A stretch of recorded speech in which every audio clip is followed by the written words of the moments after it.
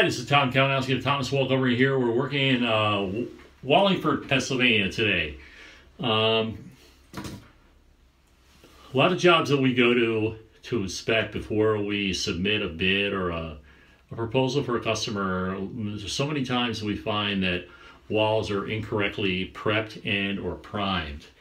And I hear a lot of people out there, whether it be a general contractor or a homeowner or do-it-yourselfer, will tell us over the phone or when we arrive on the job that nothing needs to be done, that we can put the wallpaper directly over the paint, because the paint finish might be a nice flat eggshell or a flat finish made by Benjamin Moore or whomever it might be.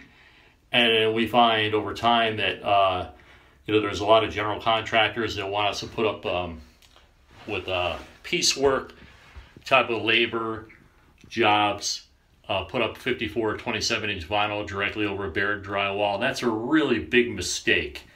And there's a lot of people that will hire the cheapest installer they can find, and they think that all that's really involved is pasting the back of the wall covering, throwing it up on the wall, maybe matching it here and there, and then cutting it so all the seams look good, and that's it.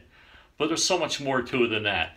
And one of the things that I want to emphasize to people out there is that probably the most important thing is to inspect your wall covering, make sure it's of good quality, and that before you pick anything out online, you should order a sample to make sure that you know what the durability, the reliability, the texture, and the substrate really feels like. Because a picture, yes, is worth 1,000 words, but until you actually feel a piece of wall covering, you really don't understand or can know the quality of the material that's being installed.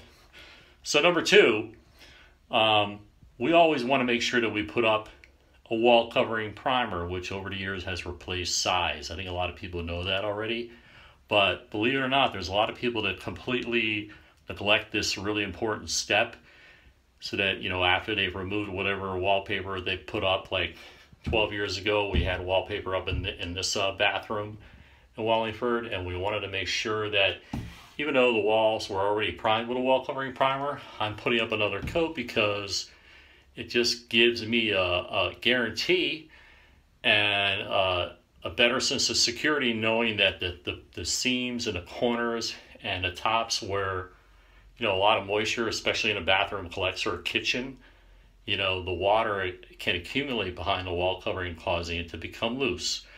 So, good high quality wall covering primer made by Shields or Romans, like an R35 or an RX35.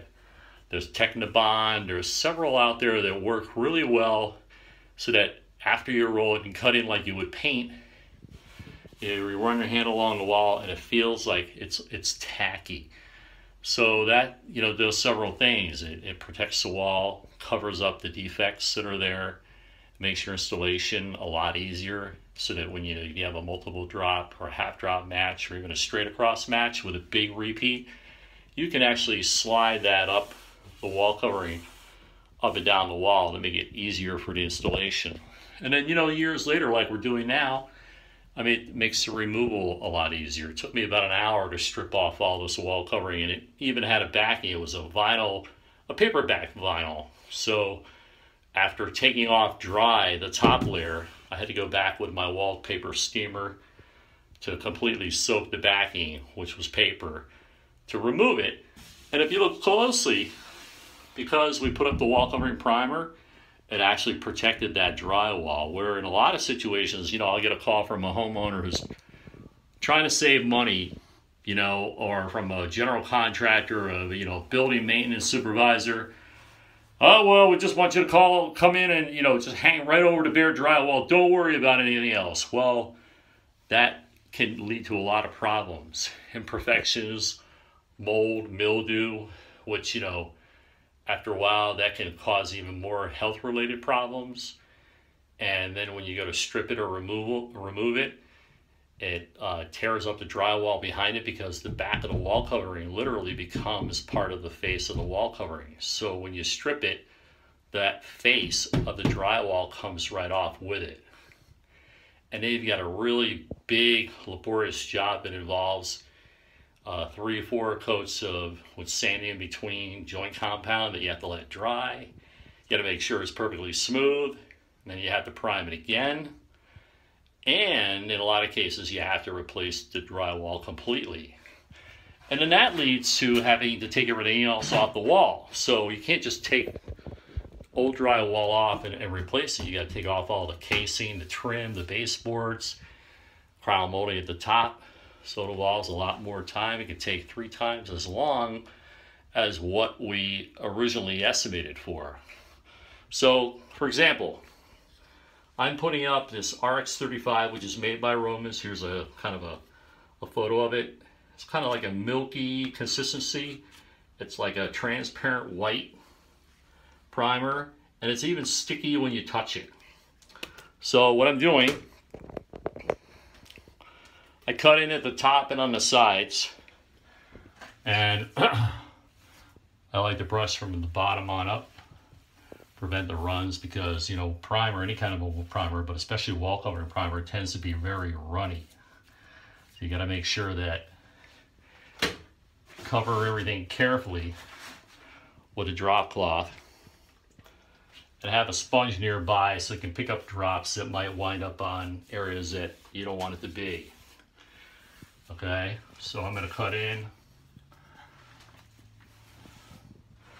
and I'm going here at the top of the ceiling line where it meets the wall. I'm cutting in over the header of the door. Okay, see, I'll hold the brush up for it, almost like a transparent wall covering primer. There's a little bit of gesso in it, and it's like a sticky, like a rabbit's glue that they add to the formula to give it the ability to adhere wall covering better. So then I did all that. So I'm going to go back. After rolling, I'm going to let this dry thoroughly, and I'm going to put little areas of joint compound over the holes that I have here. And that, just doing that, putting up a wall covering primer, is going to assure that a wall covering job comes out almost flawless. You're guaranteed a lot fewer problems. Like I said, it makes your removal so much easier. And you know, that's one of the differences between a professional job and something that's done by a DIY. So if you have any questions, feel free to call or contact me. Our website's down below, is thomaswallcovering.net, and I look forward to working with you. Have a great day.